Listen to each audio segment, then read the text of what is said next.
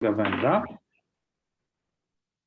z Instytutu Psychologii Polskiej Akademii Nauk. Pan profesor Gawenda jest doktorem habilitowanym nauk medycznych, ale ma wykształcenie psychologiczne.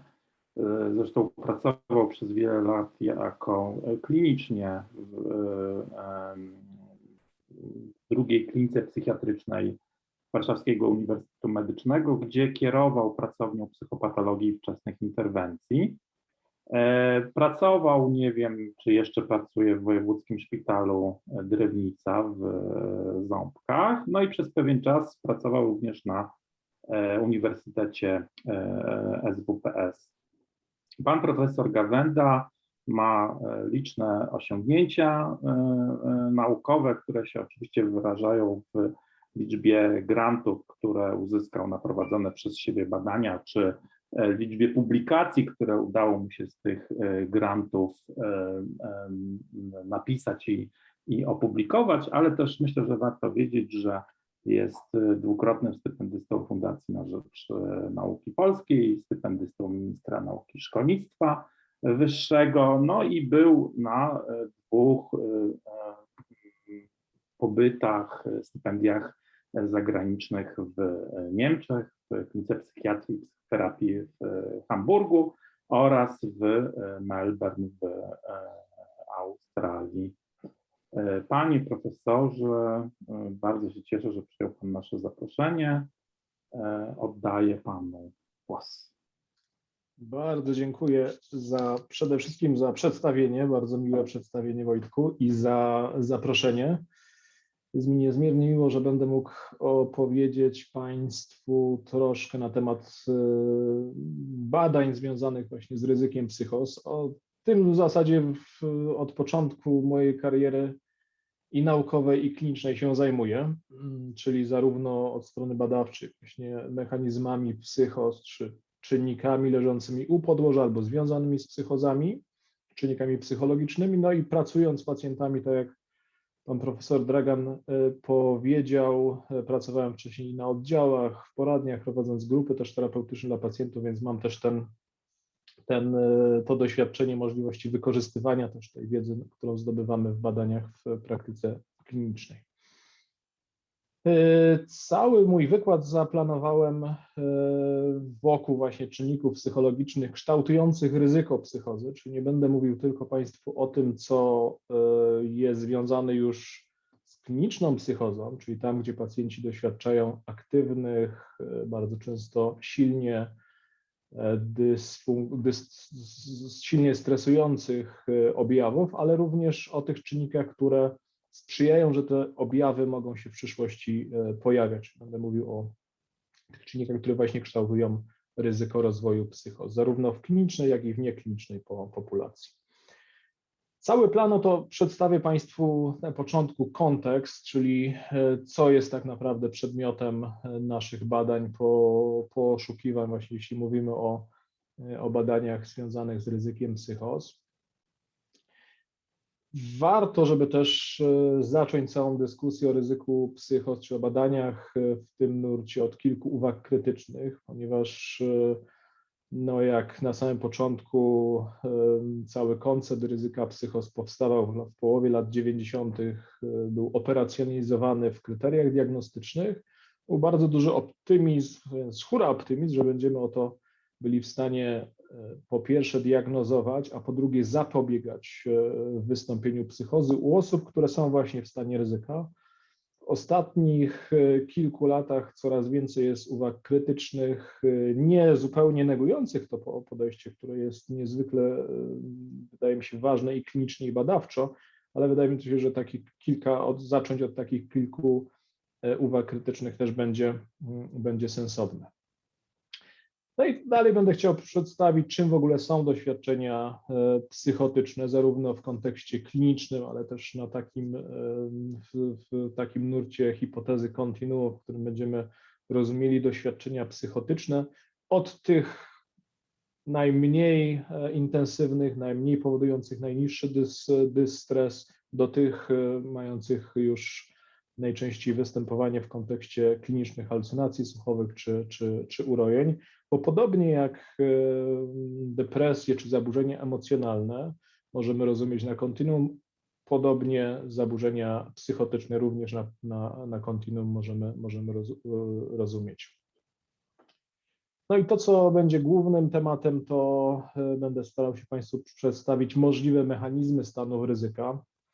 Będę się koncentrował na badaniach, żeby Państwu przedstawić własne badania, to co robimy w tej chwili w pracowni, czy co robiliśmy przez ostatnie lata, czyli właśnie o roli niekorzystnych wydarzeń życiowych, czy roli zniekształceń poznawczych, no i interakcji między różnymi czynnikami, ponieważ jak będziemy mówić czy o zniekształceniach poznawczych, czy będziecie Państwo czytać badania, to zawsze czynniki te nie występują w izolacji, ale występują w interakcji ze sobą, jakby addytywnie, czy dodając się, wchodząc w interakcję, tworzą ten kontekst właśnie ryzyka.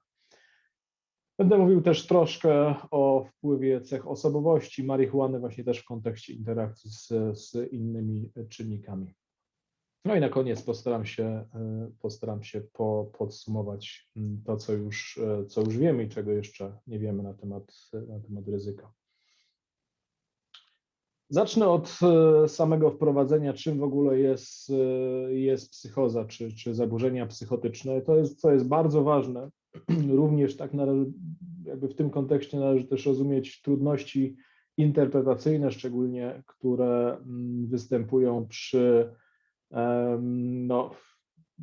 jakby interpretacji wyników badań. To trzeba sobie zdać sprawę, że zaburzenia psychotyczne to niezwykle różnorodna grupa zaburzeń psychicznych z bardzo bogatą psychopatologią, od urojeń, halucynacji, przez objawy negatywne, zaburzenia nastroju, lęk, współtowarzyszące, współwystępujące też zaburzenia lękowe, fobie społeczne, OCD, więc jest to niezwykle bogaty obraz psychopatologiczny. I w pewnym momencie badania psychologiczne radzą sobie, czy od lat 90. radzą sobie w ten sposób, że mamy tak zwany symptom-specific approach, czyli tam, gdzie staramy się badać mechanizmy nie psychozy jako takiej, ale mechanizmy na przykład leżące u podłoża halucynacji słuchowych, czy halucynacji wzrokowych, czy urojeń. I okazuje się, że faktycznie czy objawy mogą mieć również specyficzne podłoże neuropsychologiczne, czy również neurofizjologiczne, czy różne objawy mogą mieć różne podłoże psychologiczne, czy różne mechanizmy. To, co jest ważne, to zaburzenia psychotyczne należą do tej grupy zaburzeń psychicznych, w których dochodzi do zakłóceń w zakresie testowania rzeczywistości, czy pacjenci mają na przykład trudność w rozróżnieniu, co jest fantazją, co jest rzeczywistością, co jest myślą, a co się faktycznie stało, czy dochodzi też do dezorganizacji poznawczej, dezorganizacji emocjonalnej, dezorganizacji zachowania. Jeśli chodzi o objawy, to mamy też objawy, które są charakterystyczne, tak jak urojenia, halucynacje, czy coraz częściej też badane objawy czy zaburzenia w zakresie self, czy doświadczenia ja, czyli tam, gdzie mówimy o tym, jak pacjent doświadcza siebie w kontekście też relacji do innych osób i do świata. Jeżeli chodzi o rozumienie psychologiczne, to bardzo długo schizofrenia jest jednym z najbardziej biologizowanych zaburzeń.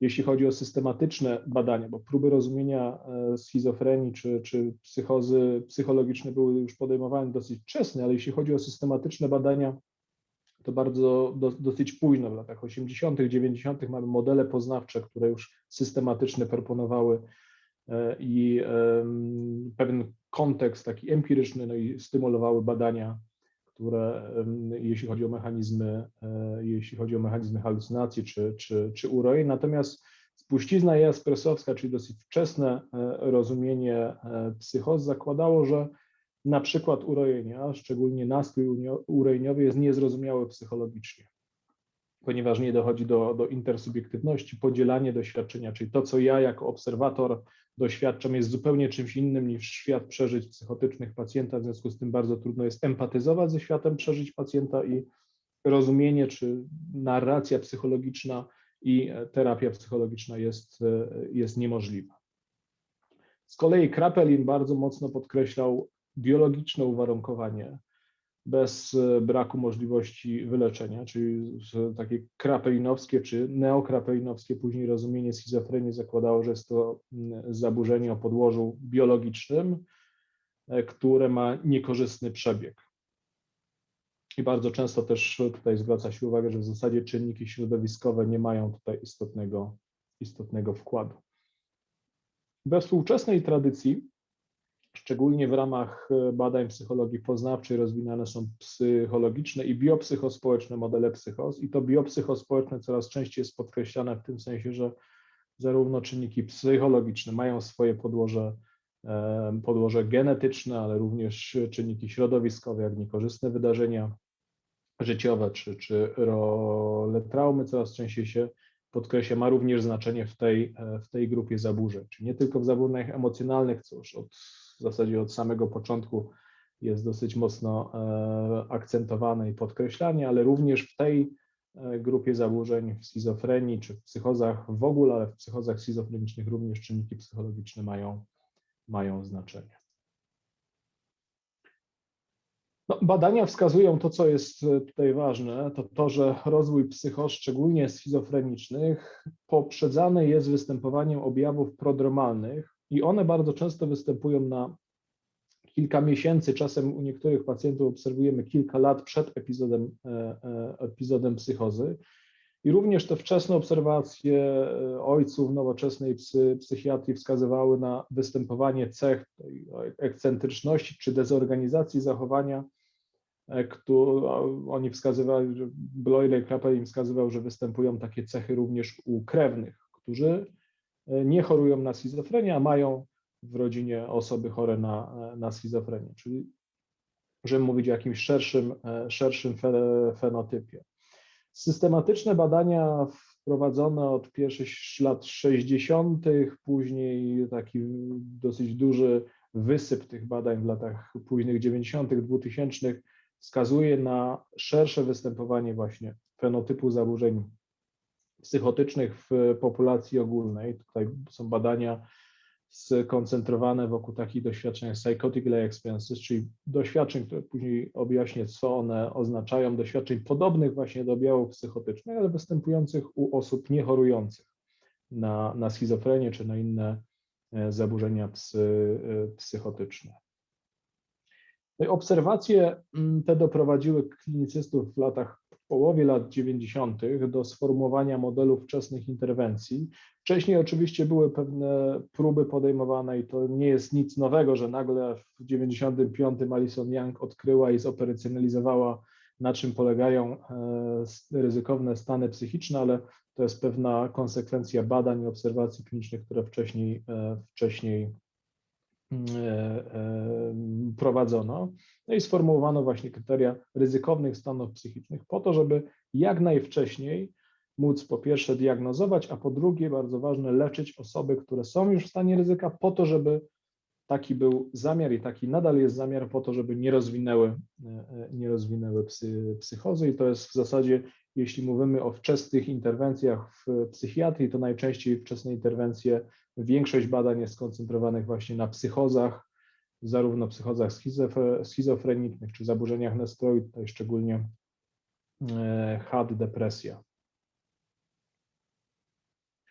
No i ta linia badań zaowocowała również poszukiwaniem tylko tych czynników klinicznych i budowania centrów wczesnych interwencji, ale też poszukiwaniem wczesnych sygnałów wskazujących na ryzyko psychoz oraz, co bardzo ważne, mechanizmów, które sprzyjają temu rozwojowi ryzyka. Bo jedna rzecz to jest obserwacja, jakie zmienne kliniczne, czyli że ktoś na przykład zaczyna mieć subkliniczne objawy psychotyczne, zaczyna gorzej funkcjonować i poszukuje pomocy z tego powodu, bo bardzo często jeśli w okolicy są centra wczesnej interwencji, to te osoby w stanie ryzyka często poszukują tej pomocy. To drugie pytanie jest, jakie mechanizmy mogą sprzyjać, że te osoby ze stanu ryzyka przechodzą w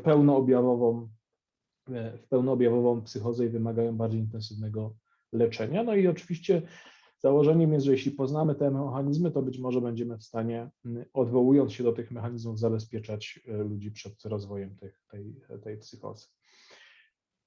Tutaj mam, jak wygląda rozwój psychozy. Bardzo często taką progresję możemy zaobserwować. Tu na przykładzie prac Louisa Wane'a, które często gdzieś w literaturze się pojawiają, czyli to jest brytyjski malarz, bardzo często malujący koty. Widzicie Państwo górny prawy róg od takich reprezentacji bardziej przedstawiających w pełni bardziej realistycznych, aż do coraz bardziej zdezorganizowanych form przedstawiania kota, czyli tego samego obiektu.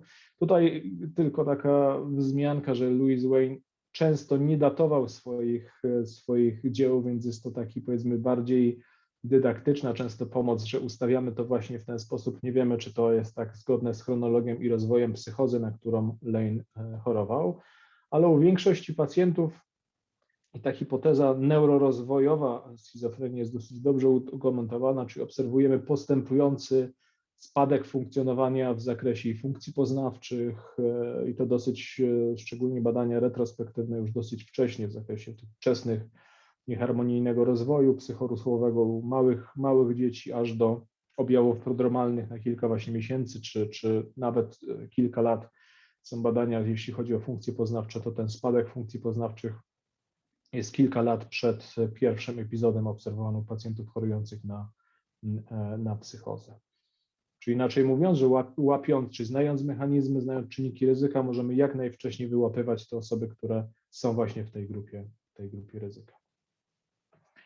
No i tak podsumowując ten kontekst, podstawowym założeniem tego modelu jest właśnie rozpoznawanie wczesnych stanów ryzyka. Im wcześniej, tym lepiej, ale też, żeby o tym pamiętać, im wcześniej, tym mniej specyficzne są to też czynniki ryzyka. No i założeniem jest również włączenie leczenia, aby zapobiegać rozwojowi psychozy. To jest taki najważniejszy jakby kliniczny cel tego całego nurtu badawczego. To, co ważne, w ostatnich latach w oparciu o model stanów ryzyka powstały kalkulatory ryzyka, których zadaniem jest właśnie pomoc klinicystom w przewidywaniu ryzyka rozwoju psychozy w oparciu o różne czynniki, które są znane z badań, które przewidują właśnie rozwój psychozy. Jest kilka takich kalkulatorów w tej chwili dostępnych. Tu jest na przykład kalkulator opublikowany w American Journal of Psychiatry sprzed kilku lat, który bazując na kilku czynnikach, tutaj jest to badanie, takich jak wiek pacjenta, czy spełnia kryteria kliniczne ryzyka psychozy, to jest pierwsze, czy został przebadany przez klinicystę na obecność subklinicznych objawów psychotycznych, a później, jeśli spełnia te dwa czynniki, możemy określać na suwaku na przykład wiek pacjenta, funkcjonowanie neuropsychologiczne, niekorzystne wydarzenia życiowe, ilość traum, funkcjonowanie tego pacjenta i w zależności od jakby punktów na tym suwaku określane jest ryzyko rozwoju psychozy w ciągu 1 albo 2 lat. I oczywiście tutaj te neuropsychologiczne zmienne, które są, czy pamięć, werbalna pamięć słuchowa, to są te czynniki, które znamy, które są czynnikami ryzyka, więc im niższy poziom funkcjonowania w tym zakresie, tym wyższe ryzyko.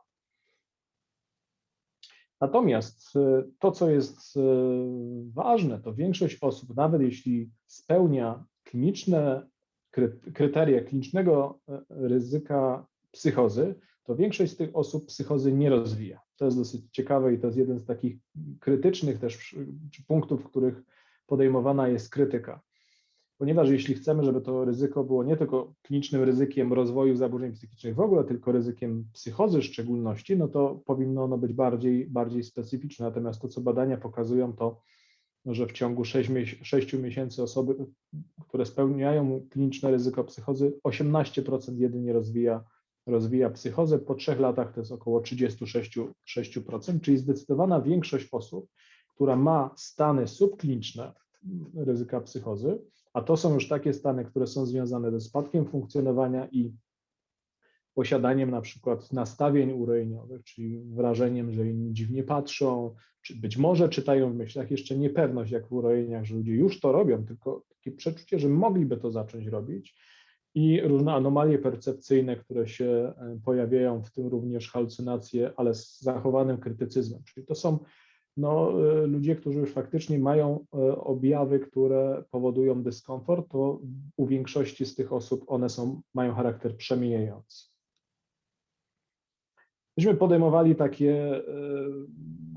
taką polemikę właśnie wskazując na takie krytyczne uwagi dotyczące właśnie ryzyka psychóz i w szczególności praktyk związanych z tworzeniem centrów.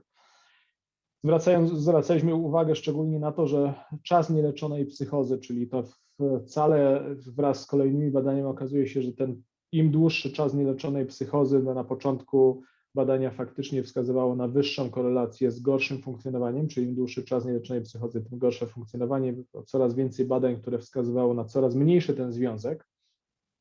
Wskazywaliśmy również jakby taką krytyczną uwagę na narzędzia badawcze, które właśnie wydaje się, że nie są specyficzne, szczególnie, że niektóre centra wykorzystują również do diagnostyki tych stanów przesiewowe, screeningowe narzędzia, które dają dużo fałszywych rozpoznań.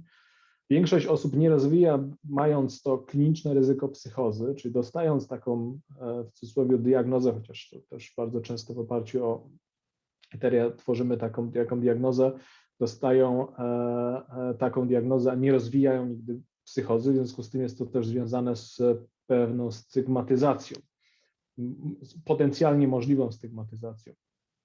Dostaliśmy oczywiście odpowiedź, że większość z tych uwag nowoczesne centra krytycznych uwag biorą pod uwagę, tworząc jak najbardziej ogólne zarówno interwencje, jak i również diagnozę, nie informując, że jest to specyficzne jakby ryzyko psychozy, tylko w ogóle, że są to stany ryzykowne psychoz. I rzeczywiście w ostatnich latach jest taki zwrot, żeby zwracać uwagę, że to jest stan nie tylko ryzykowny stan rozwoju psychoz, ale w ogóle ryzykowny stan psychiczny. To, co bardzo mocno podkreśla zespół tworzący pierwotne kryteria, zespół właśnie Alison Young z Australii. To, co chciałbym, żebyśmy się też nad tym chwilkę zastanowili, to nad tym, na ile my jesteśmy w stanie w ogóle przewidywać to, co się z nami stanie, czyli na ile jesteśmy w stanie przewidywać w przód szczególnie. Bo tak jak Kierkegaard mówił, że life can only be understood backwards, but it must be lived forwards, czyli że my jesteśmy w stanie zrozumieć wstecz, czyli w momencie, kiedy faktycznie już rozwiniemy schizofrenię, jesteśmy w stanie retrospektywnie sprawdzać, jakie czynniki mogły do niej doprowadzić, natomiast prospektywnie jest to zupełnie inna sytuacja, jest myślenie w jakiś sposób zawodne, obarczone ryzykiem. Jeszcze jedna ważna uwaga do tych kalkulatorów, one bardzo często precyzowały, że masz 25% ryzyka rozwoju psychozy, nie dając przedziałów ufności, co też wydaje mi się, że może być dosyć mylące. To, co jest ważne też, jeśli mówimy o stanach psychicznych, w tym wypadku o psychozach, no to mówimy o systemach biologicznych, które są niezwykle złożone. Funkcjonowanie naszych umysłów, mózgów i nasze psychologiczne jest bardzo mocno zależne od kontekstu. Optymalne działanie systemów złożonych i nasze zdolności ma najlepsze zdolności ewolucyjne, najlepsze jest na pograniczu chaosu, ma największe zdolności ewolucyjne też, co daje nam pewną komplikację dla przewidywania. Im bardziej złożony i działający na pograniczu chaosu system, tym trudniej jest go przewidywać. No i oczywiście kwestia jest, w jakiej perspektywie czasowej my chcemy przewidywać. Jeśli chodzi o wczesne interwencje i w ogóle o koncept ryzyka psychos, to bardzo często tą perspektywą czasową jest okres kilkunastu miesięcy, czyli my chcemy przewidywać w momencie, kiedy badamy w tej chwili pacjenta i obserwujemy, że pacjent faktycznie spełnia ryzyko psychozy, czy za rok, za 2 lata rozwinie psychozę. To chcemy przewidywać. Czyli to jest bardzo dużo czasu w przód. Jednocześnie znamy bardzo mało czynników, które mogą czy mechanizmów tego ryzyka psychos. Są oczywiście sytuacje, w których 2 minuty nam wystarczą, jak na przykład sytuacja wczesnych interwencji w samobójstwach, czyli tam, gdzie na przykład jakaś aplikacja mobilna sprawdza zachowanie, stan pacjenta, to wyłapanie 2 minuty, 10 minut wcześniej bardzo często jest nam czasem wystarczającym do tego, żeby móc wysłać powiadomienie czy jakąś interwencję do pacjenta. Tutaj jest troszkę inaczej, ten czas jest zdecydowanie, który chcemy, ta perspektywa czasu jest zdecydowanie dłuższa. Przewidywanie zachowania, tak jak tutaj Państwo macie na wahadle z jednym punktem, bardzo często zależy od warunków początkowych. Wiemy o tym, że jak tutaj jest wahadło, 3 wahadła i początkowy stan wyjściowy z różną prędkością są puszczane, one później zachowują się w sposób już nieprzewidywalny. To jest system mało złożony w porównaniu do tego, jak złożonym jest ludzkie zachowanie, czy jak będziemy mówić o zaburzeniach psychotycznych, bardzo złożone ludzkie zachowanie. Przewidywanie w przód może być niezwykle trudne. Tutaj jest graf, czy ilustracja możliwości przewidywania pogody, czyli tam z kolei, gdzie mamy satelity, które dosyć precyzyjnie są w stanie określić temperaturę, no i wszystkie takie fizyczne właściwości, które są ważne dla przewidywania na przykład temperatury albo pogody. Zobaczcie Państwo, że trafność przewidywań zależy od miejsca, w którym czyli od kontekstu, w którym przewidujemy. I te różnice są bardzo duże. Jak w przypadku temperatury północne Stany Zjednoczone to jest 52%, czyli na pograniczu szans, to już w Miami 86%. Dlaczego to pokazuje, że również przewidywanie stanów psychicznych może bardzo mocno zależeć od kontekstu. U kogo, gdzie, w jakim momencie przewidujemy stan psychiczny. Jednocześnie mamy bardzo dużo zmiennych, które są niepewne, nieznane też. Tu jest artykuł, który napisaliśmy do Early Intervention Psychiatry, podsumowujący ten krytyczne uwagi, które w tej chwili Państwu powiedziałem z Barnaby Nelsonem, to jest profesor, który pracuje wspólnie z Alison Young właśnie w Centrum Wczesnych Interwencji w Melbourne. Wydaje mi się, że jakby zaczynając w ogóle rozważanie o wczesnych interwencjach, wczesnych psychozach, warto te uwagi, które przynajmniej niektóre z nich, które w tej chwili poczyniłem, mieć w pamięci, interpretując też wyniki naszych badań. Konkluzją z tego oczywiście, z tych krytycznych uwag jest przede wszystkim potrzeba więcej badań mechanizmów wczesnego ryzyka psychos, zarówno biologicznych, psychologicznych, jak i społecznych, a najlepiej takich, które integrują te 3 perspektywy, ponieważ właśnie jest zarówno kontekst taki społeczny, populacja, w której się te badania prowadzi, substancje psychoaktywne, które są dostępne w danym rejonie, mogą znacznie modyfikować obraz i zdolności przewidywania. No i oczywiście to są te uwagi krytyczne, które nas motywują do pracy. Po tych uwagach krytycznych chciałbym przejść do już psychologicznych mechanizmów. Warto, zastanawiając się o psychozie w ogóle, ponieważ jest to często taka schizofrenia i psychoza, takie jednostki chorobowe, które nas budzą jakiś niepokój, często niezrozumienie. Warto poszukać, tak samo jak rozumiemy pacjentów z depresją, czy z zaburzeniami lękowymi, czy też osobowości, czy zaburzeniami emocjonalnymi w ogóle. Staramy się w sobie poszukać smutek, lęk, na czym polega, kiedy jesteśmy bardziej, kiedy jesteśmy mniej smutni. Warto też poszukać sobie trochę psychozy.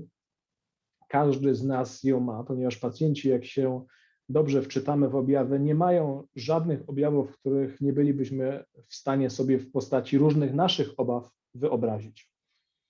Na przykład, czy kiedykolwiek czułaś, że ludzie robią ci aluzje lub mówią dwuznaczne rzeczy na twój temat? Zależnie od badań, kilkudziesięciu procent populacji przyznaje, że tak. Oczywiście drugim ważnym pytaniem w kontekście mechanizmów psychologicznych jest takie, kiedy to się zdarza częściej, czyli kiedy jest większe prawdopodobieństwo, że w taki sposób myślisz, a kiedy jest mniejsze prawdopodobieństwo, że właśnie w taki sposób pomyślisz. To jest to jest ten punkt, o którego my tak naprawdę wychodzimy w tych naszych badaniach. Czy kiedykolwiek czułeś, że ludzie dziwnie na ciebie patrzą ze względu na twój wygląd, czy jakieś inne cechy? I znowu bardzo ważnym pytaniem jest nie tylko, czy to doświadczenie miałaś, tylko jakie mechanizmy mogą temu sprzyjać? Czy kiedy jesteś na przykład smutny, kiedy twoja samoocena jest jakoś mniej pewna, czy zaniżona, czy jeszcze od czegoś to zaczyna, kiedy jesteś w lęku, kiedy o czymś konkretnym myślisz, czy to jest większe prawdopodobieństwo, czy mniejsze, że coś takiego takie doświadczenie się wydarzy? Czy kiedykolwiek twoje myśli były tak wyraźnie, że bałeś się, że możesz je usłyszeć? Czy kiedykolwiek słyszałeś na przykład lub słyszałeś dźwięk twojego telefonu, mimo że on faktycznie nie dzwonił? I znowu, bardzo ważne, jakie są mechanizmy. Nagle się okazuje, że wtedy, kiedy czekamy na ważny telefon, prawdopodobieństwo zaistnienia tego doświadczenia jest większe. Jak ci z Państwa, którzy jak pracujecie z pacjentami, a moje doświadczenie pracy z pacjentami jest takie, że bardzo często halucynacje słuchowe są poprzedzane oczekiwaniem związanych z jakimś nastawieniem urojeniowym, że ktoś będzie mówił na przykład do mnie. No i zgodnie z hipotezą kontinuum psychozy, doświadczenia psychotyczne mają właśnie ciągłą, niedychotomiczną reprezentację, czyli nie jest tak, że nie masz psychozy, tylko jest to pewne kontinuum. I te badania mają dosyć wczesne, lata 60. początki, natomiast w latach 90., 2000 sporo tych badań, również metaanaliz się pojawia. I to, co ciekawe, oczywiście tu mamy procenty, że to mamy około 25 do 30% różnych doświadczeń na kontinuum urojeń, czyli właśnie na kontinuum nastawień ksobnych czy urojeń prześladowczych, które są najczęstsze w populacji. W wywiadach takie doświadczenia subkliniczne, które już są związane z dystresem, to jest 5 do 8% populacji. Szacuje się, że około 5% populacji słyszy głosy, które nie mają charakteru zaburzeń psychicznych, czyli nie powodują zaburzeń funkcjonowania i istotnego dystresu. W naszych badaniach na większej próbie, które realizowaliśmy w 3 dużych miastach, Warszawa, Kraków, Wrocław, w ramach Opusa, prawie na 7 000 osób. To jest badanie online. Najpierw robiliśmy screening, później zapraszaliśmy ludzi do naszego już właściwego badania z wywiadami i tak dalej. Zobaczcie Państwo, że to, co widać na pierwszy rzut oka, większość doświadczeń to są doświadczenia właśnie na psychotic-like experiences. Większość ludzi nie miała nigdy nie miała tych doświadczeń, natomiast czasami już pojawiały się kilkanaście, kilkadziesiąt procent osób, prawie zawsze mniejszość, czyli widać jakby, że mniejszość osób ma często te doświadczenia. Później pokażę w innych naszych publikacjach, że im częściej te doświadczenia się pojawiały, tym większy dystres, więcej zniekształceń poznawczych też u tych osób obserwujemy. To są osoby, które nie miały historii zaburzeń psychotycznych w swoim życiu. Teraz jeśli chodzi o badania, bardzo często jest podnoszony taki temat, na ile my jesteśmy w stanie w ogóle te doświadczenia zbadać i na ile one nie są jakby fałszywie, na ile nie dostajemy fałszywie pozytywnych wyników, czyli nie jest to prawdziwe doświadczenie psychotic-like experiences, tylko jakieś wrażenie, że jestem w stanie, że ludzie czytają w moich myślach, tylko się domyślają moich myśli. I było takie badanie, które przeprowadził zespół Iana Kellehera z Irlandii, który porównywał wyniki w kwestionariuszu do wywiadów. I znowu to, co ważne, to faktycznie, jeśli badamy takie doświadczenia jak czytania w myślach, czyli czy miałeś kiedykolwiek wrażenie, że ludzie czytają w twoich myślach, to niezgodność jest dosyć duża między wywiadami a kwestionariuszami. Natomiast są takie doświadczenia, które nas zresztą najczęściej interesują, jak myśli prześladowcze, halucynacje słuchowe, których zgodność między kwestionariuszem a wywiadem, czy tam, gdzie jesteśmy w stanie w bardziej pogłębiony sposób dopytać o te doświadczenia, ta zgodność jest dosyć duża. Co ważne, jakie znaczenie mają te psychotic-like experiences u osób w populacji ogólnej? No one wiążą się, co ciekawe, ze zwiększonym dystresem, czyli im więcej tych doświadczeń, nawet jeśli nie chorujemy, nie mamy subklinicznego stanu psychotycznego, ryzykownych stanów psychotycznych, czy ryzykownych stanów psychozy, to te doświadczenia, im więcej ich jest, są związane z większym dystresem, z niższym dobrostanem psychicznym, z gorszym funkcjonowaniem społecznym, z przemocą, czyli to jest więcej u tych osób aktów agresji, jak również ze zwiększonym ryzykiem zachowań samobójczych i samookaleczeń. To jest nasze badanie, które też prowadziliśmy w ramach Opusa, w którym pokazaliśmy, że psychotic-like experiences nawet przy kontroli depresji i diagnoz psychiatrycznych, w ogóle innych niż psychotyczne, bo tutaj nie mieliśmy pacjentów z diagnozą psychos, pozwala przewidywać zachowania samobójcze. Czyli to ryzyko tam, gdzie tych doświadczeń jest powyżej 6, czyli już dosyć istotny próg, to ryzyko jest 3-krotnie wyższe niż u osób, które nie mają takich doświadczeń, nawet przy kontroli depresji. To pokazuje, że jakby tutaj te doświadczenia psychotic experiences są istotne w przewidywaniu również właśnie zachowań samobójczych czy samookaleczeń. Tutaj nie mamy tych danych, ale też w tym artykule, ale też wiemy to z naszych badań.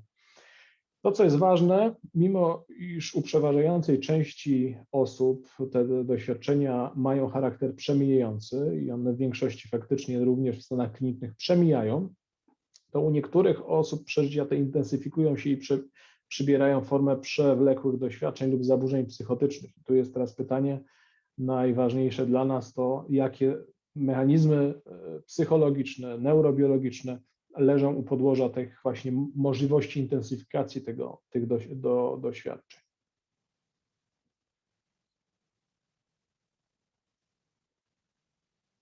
Ja tu przejdę. No, pytanie o procesy. Jednym z takich ważnych współczesnych modeli integrujących i poznanie, i neurobiologię, modeli psychos jest model sprzed już 7 lat Howesa Murraya, który wskazuje na to, że zarówno czynniki społeczne, jak i genetyczne i psychologiczne mają znaczenie właśnie w rozwoju, kształtowaniu ryzyka psychozy, no i dalej w rozwoju psychozy. Tutaj Howes i Murray odwołują się do jednej z jeśli chodzi o neurofizjologiczną koncepcję schizofrenii, to chyba najdłuższą już koncepcję, czyli hipotezę dopaminową, mówiąc o tym, że nadmierna synteza dopaminy jest takim biologicznym markerem, czy neurobiologicznym markerem psychozy i oni wskazują na to, że ta nadmierna synteza dopaminy związana jest z stresem psychospołecznym, czyli stres psychospołeczny, szczególnie przewlekły stres psychospołeczny powoduje nadmierną syntezę i on prowadzi do czegoś, co nazywamy niewłaściwym czy anomaliami w zakresie przetwarzania bodźców. Jest taki termin jak nadmierne nadawanie znaczeń na przykład, czyli że rzeczy, które do tej pory nie miały znaczenia, były neutralne, zaczynają mieć dla nas znaczenie, jeśli jesteśmy w stanie ryzyka psychozy. Jest to związane właśnie z nadaktywnością układu dopaminergicznego. I ponieważ to jest stan, który możemy opisywać jako właśnie ten stan podwyższonego ryzyka, czyli różne rzeczy zaczynają mieć znaczenie, zaczynam mieć wrażenie, że ludzie dziwnie na mnie patrzą, że być może coś w moim otoczeniu się zmieni, coś dziwnego się dzieje, co budzi lęk i niepokój, to ponieważ wiemy, że większość osób nie rozwija psychozy w tym stanie, Howes i Murray zaczęli się zastanawiać, co może być tym moderatorem czy mediatorem, który związany jest właśnie dalej później z kształtowaniem interpretacji paranoidalnych, czy paranoicznych, czy krótko mówiąc urojeniowych tego doświadczenia. Oni zwracają uwagę, że tym mechanizmem pośredniczącym mogą być schematy poznawcze, czy zniekształcenia poznawcze. Czyli krótko mówiąc, te osoby, które są w stanie inaczej, w bardziej funkcjonalny sposób wyjaśnić to, co się z nimi dzieje, regulują swój stan, powiedzmy, do wyjściowego, natomiast te osoby, które nadają dysfunkcjonalne znaczenie temu, co się ze mną dzieje, no na przykład, że ktoś dziwnie na mnie patrzy, bo ma jakieś wrogie wobec mnie intencje, ma większą szansę rozwijania urojeniowych interpretacji tego pobudzenia, tak to nazwijmy. Jest coraz więcej badań, ja tutaj pokażę 2 albo 3 badania, które wskazują na rolę, znaczenie wydarzeń traumatycznych. Tu jest takie bardzo duże badanie z 24, na 24 tysiącach osób, które wskazuje na związki wczesnych doświadczeń traumatycznych z pojawieniem się nie psychozy, tylko pierwszych objawów czy doświadczeń psychotycznych. I tutaj to, co jest ważne ważnym wnioskiem z tego badania, to ważny jest okres, w którym dane doświadczenie ma miejsce, tak jak na przykład doświadczenie wykorzystania czy nadużyć seksualnych w wieku 4-12 lat 8,5-krotnie zwiększa pojawienie się późniejsze tych doświadczeń psychotycznych.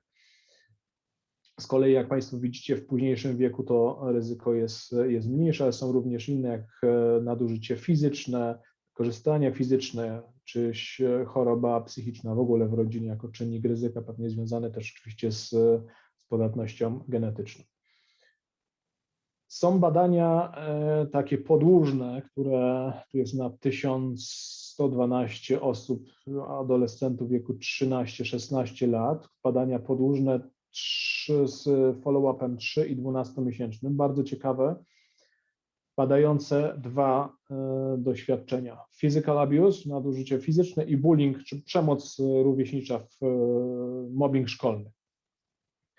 I mamy trzy grupy.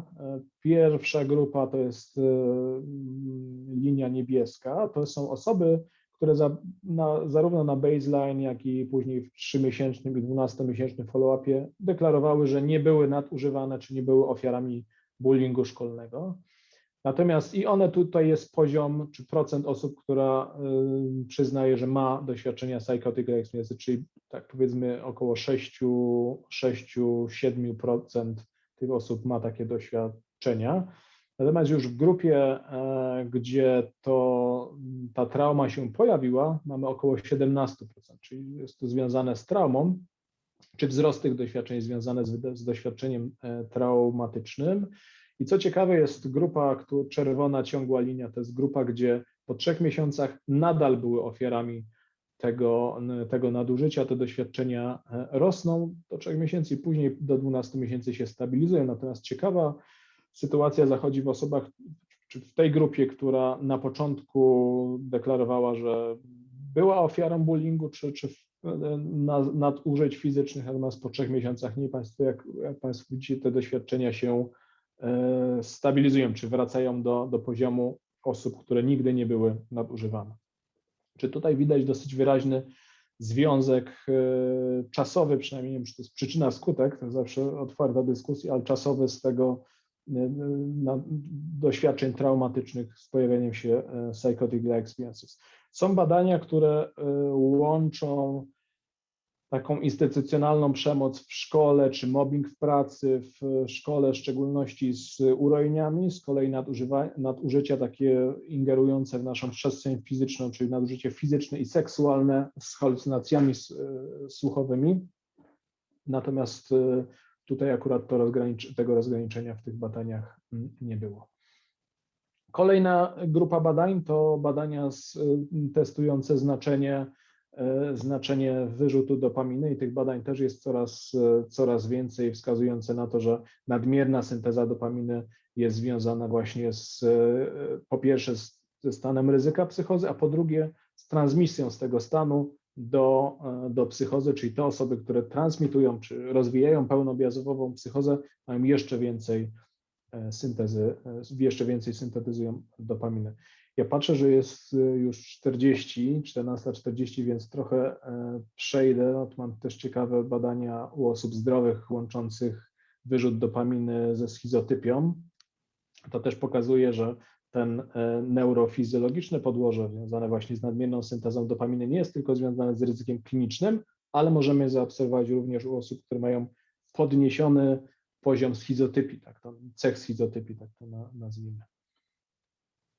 No i oczywiście ostatnie pytanie to jest pytanie o zniekształcenia poznawcze i jakie zniekształcenia poznawcze mogą mieć znaczenie w zarówno halucynacjach i urojeniach, czyli tych charakterystycznych objawach psychoz.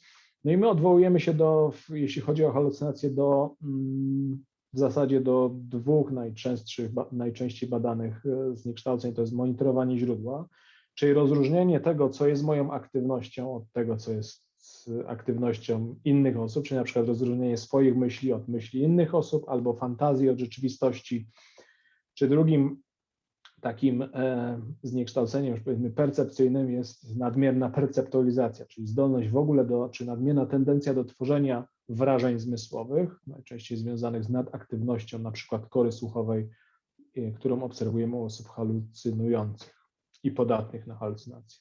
Z kolei w urojeniach to, co bardzo często się pojawia, to w urojeniach prześladowczych taka tendencja do nadmiernej uwagi nakierowanych na zagrożenie interpersonalnych, czyli przeszukiwanie, krótko mówiąc, taka tendencja do selektywnej uwagi, żeby zwracać uwagę na zagrożenie ze strony innych osób, na przykład jaki mają wyraz mimiczny, czy co robią w danej chwili. Jest to związane pewnie też z deficytami poznania społecznego.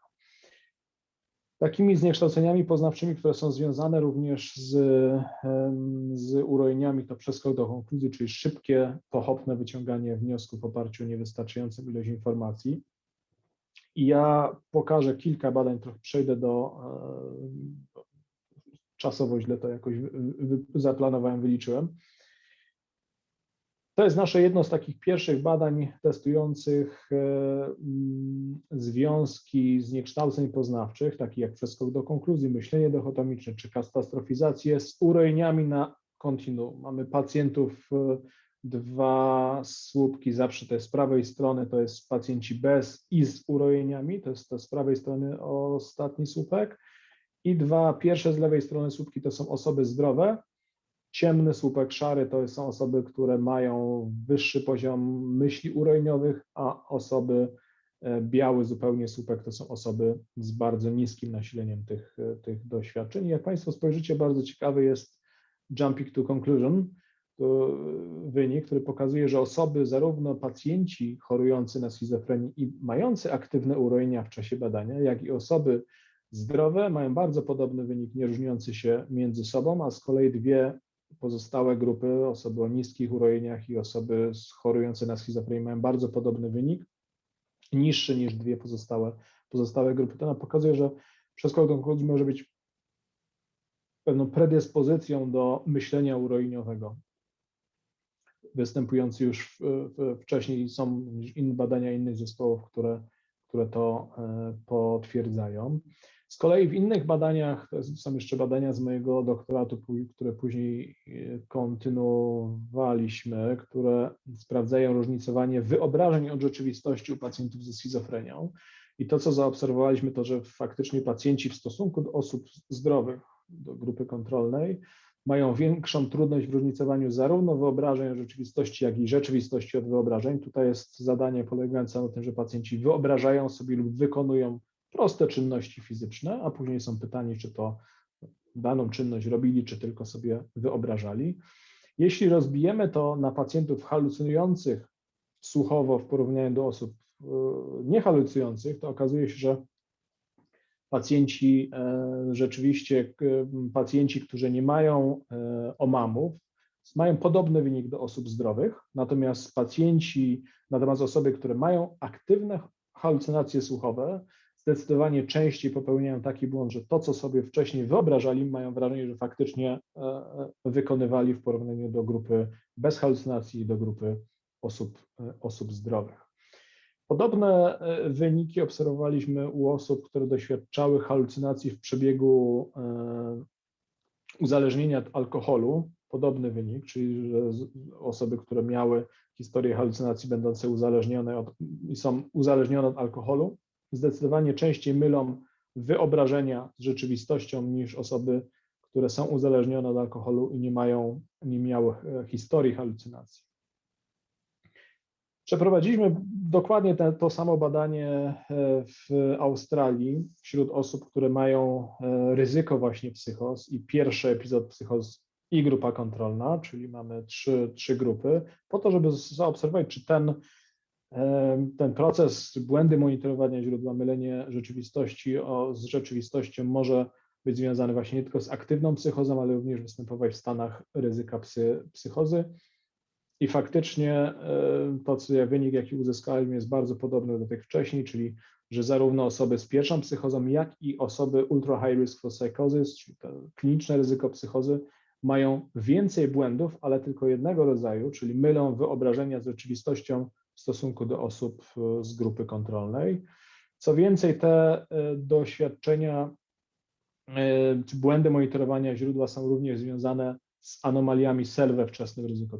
Tutaj mamy taką analizę korelacji, czyli im więcej tych błędów, deficytów poznawczych, deficytów monitorowania źródła, tym więcej anomalii doświadczenia siebie. No i tutaj jest podsumowanie z ostatniej metaanalizy, którą przeprowadziliśmy wspólnie z kolegami. Oni przeprowadzili z zespołu z Francji, pokazując, że te zaburzenia różnicowania fantazji od rzeczywistości są już w wielu badaniach potwierdzone właśnie na etapie ryzyka psychoz. To jest kolejne nasze badanie, które wskazywało, że monitorowanie źródła, zarówno jak monitorowanie źródła i anomalie self pozwalają przewidywać szczególny rozwój w późniejszym czasie psychoschizofrenicznych, czyli tam, gdzie faktycznie te anomalie self i monitorowanie źródła się pojawiały, te osoby w ryzyku rozwijały częściej psychozy schizofreniczne. Tutaj przejdę, już trochę jest jeszcze badań, przejdę, żeby przeskoczyć do... OK. Czyli mamy ekspozycję na wydarzenia traumatyczne, które mają znaczenie w psychozie, nadmierną syntezę dopaminy, zniekształcenia poznawcze jako marker ryzyka. Pytanie jest oczywiście, czy faktycznie, tak jak chciał Howes i Murray, czy między traumą a psychozą zniekształcenia poznawcze mogą być tym mediatorem, czy mogą pośredniczyć. I jest kilka badań na ten temat, które już 4 lata temu, pierwsze takie badanie, które wskazywało na to, że negatywne schematy dotyczące siebie mogą być mediatorem w związku zaniedbania emocjonalne, a właśnie stany ryzyka psychoz. Czyli krótko mówiąc, że ten związek jest pośredni, czyli tam, gdzie zaniedbania emocjonalne prowadzą czy miałyby prowadzić do negatywnych schematów na temat siebie, to ryzyko jest większe niż tam, gdzie to się nie dzieje. Myśmy podobnie w kilku badań na niezależnych próbach pokazywali. Tu jest takie badanie, które łączy traumę z psychozą, właśnie taki model z 2 mediatorami, zniekształceniami poznawczymi i self-disturbance, czy anomaliami self. To jest na próbie osób nieklinicznych, czyli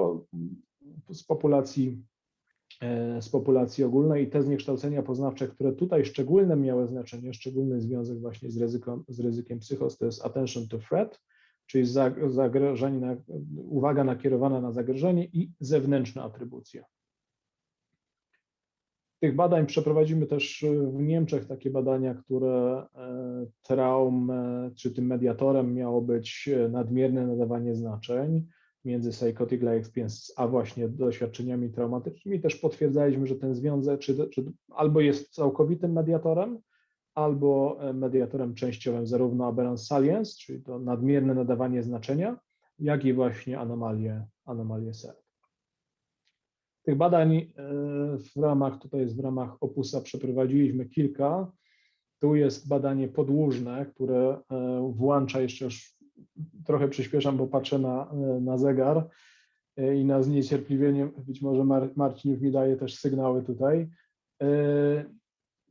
W tym badaniu, to jest badanie z Opusa, czyli z tych osób z 6 000 wybraliśmy 200 osób, których zbadaliśmy dosyć szczegółowo w zakresie właśnie wydarzeń traumatycznych, zniekształceń poznawczych, jak również Cloningerem, inwentarzem osobowości Cloningera, i badaliśmy subkliniczne objawy pozytywne, psychotyczne i anomalie self w punkcie 0 i po roku czasu, i mamy taki zbudowany model, w którym prowadzimy od tych doświadczeń traumatycznych do właśnie anomalii self poprzez zniekształcenia poznawcze. Czyli mamy traumę, która zwiększa ryzyko zniekształceń poznawczych, zniekształcenia poznawcze prowadzą do anomalii i anomalie w punkcie pierwszym przewidują anomalie percepcyjne czy doświadczenia ja w punkcie drugim, natomiast nie przewidują doświadczeń subklinicznych. Naszą hipotezą było tak, że trauma będzie prowadziła do zwiększonych zniekształceń poznawczych, zwiększonych tendencji do zniekształceń poznawczych. One będą zmieniały doświadczenie ja i będą przewidywały subkliniczne objawy pozytywne, natomiast tutaj widzimy, że ta ścieżka self-disturbances 1 nie przewiduje subclinical positive symptoms w punkcie drugim, tylko w punkcie pierwszym, czyli w jednym punkcie czasowym. To jest artykuł, który parę dni temu został zaakceptowany do druku. Tutaj jest jeszcze jedno ciekawe badanie, które z kolei z zespołem niemieckim prowadziliśmy, które pokazuje związek traumy, doświadczeń traumatycznych z podatnością na psychozę u osób, które zgłaszają się z powodu poszukiwania, zgłaszają się z powodów dyskomfortu psychicznego, czyli to są osoby z grupy klinicznej. To, co tutaj możemy zaobserwować, to, że cechy osobowości borderline pośredniczą między związkiem właśnie między doświadczeniami traumatycznymi a psychotic experiences, czyli tam, gdzie w związku z doświadczeniami, jeśli byśmy budowali taki model przyczynowo-skutkowy, w związku z doświadczeniami psychotycznymi, te osoby, które wykształcają takie cechy osobowości, niestabilności, chwiejności emocjonalnej, mają szczególnie zwiększone ryzyko psychotic-like experiences. Zresztą wiemy też z badań, że w grupie ryzyka, klinicznego ryzyka psychos osób z cechami borderline, czy z pełną diagnozą borderline jest nadreprezentacja. To jest dosyć duża populacja. Tutaj są jeszcze wyniki badań, które idą jeden dodatkowy krok dalej, którym teraz się bardzo mocno interesujemy z kolei w ramach mojego grantu Sonata BIS, czyli sprawdzamy znaczenie substancji, w tym wypadku używanie marihuany. I zbudowaliśmy taki model, w którym mówimy, że doświadczenia traumatyczne sprzyjają używaniu, w tym wypadku THC. THC jest dosyć mocno związane jest sporo badań, ten związek nie jest bardzo mocny, jest sporo badań wskazujących, że ten związek istnieje między używaniem THC a psychotic experience czy psychozą, więc stąd tutaj zbudowaliśmy taki, że być może wcześniej jest trauma, pojawia się regulacja emocjonalna za pomocą na przykład właśnie używania marihuany. Ona sprzyja zniekształceniom poznawczym, które z kolei mogą prowadzić do psychotic experiences. Oczywiście ten związek tutaj z pominięciem cognitive biases, czyli cannabis use to psychotic experiences też się pojawił i ten model był istotny statystycznie. Natomiast tu co ważne, ten mediator jest częściowy, zarówno zniekształcenia, jak i kanabis to nie jest pełna mediacja. Ok, to już pominę, tu jeszcze mamy badania genetyczne, które zrobiliśmy z kolei z zespołem z Wrocławia, które pokazują interakcję zniekształceń poznawczych, pewnych wariantów genów odpowiedzialnych za przekaźnictwo dopaminergiczne właśnie z doświadczeniami traumatycznymi. Ale przejdę do konkluzji, bo już jesteśmy po czasie. Przede wszystkim no to zarówno nasze, jak i to, co wiemy do tej pory z naszych badań, z badań innych zespołów, to, że rzeczywiście doświadczenia psychotyczne czy psychozę w ogóle możemy rozumieć na kontinuum. I to jest bardzo duża zmiana w ogóle w rozumieniu, tak historyczna w rozumieniu schizofrenii i psychozy. Ona jest bardzo mocnym stymulatorem do badań zarówno genetycznych, psychologicznych, jak i też mechanizmów społecznych.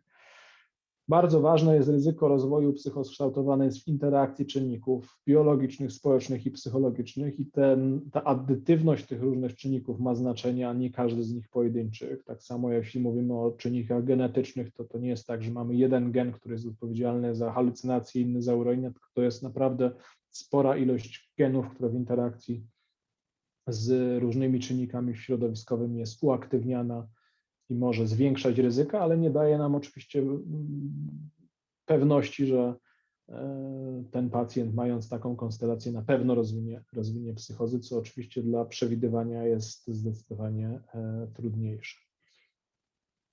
No i dla rozpoznawania stanów ryzyka psychozy, czyli tam, gdzie chcemy klinicznie rozpoznawać, niezwykle ważne jest addytywne rozważanie omawianych czynników, czyli nie tylko psychopatologia i spadek funkcjonowania, ale również właśnie ryzyko genetyczne, zmienne psychologiczne, czy ocenianie nie tylko jeśli chodzi o funkcje takie neuropsychologiczne, ale również zniekształcenia poznawcze, czy poznanie społeczne, jak pacjent będący w stanie ryzyka, jakie ma zniekształcenia poznawcze, jak rozumie intencje innych osób, czy tutaj dochodzi do jakichś zniekształceń. Jeśli to weźmiemy pod uwagę łącznie z psychopatologią, to być może zwiększa szanse predykcji do jakby rozwoju psychozy. Ok, ja się na tym zatrzymam. Przepraszam, że przeciągnąłem, być może trochę przyspieszając, wprowadziłem chaosu. Bardzo dziękuję i rozumiem, że mamy czas na krótką albo dłuższą dyskusję. Bardzo dziękujemy, Łukaszu, za ten ogrom badań. Naprawdę jest imponujący. Ja może zatrzymam nagrywanie.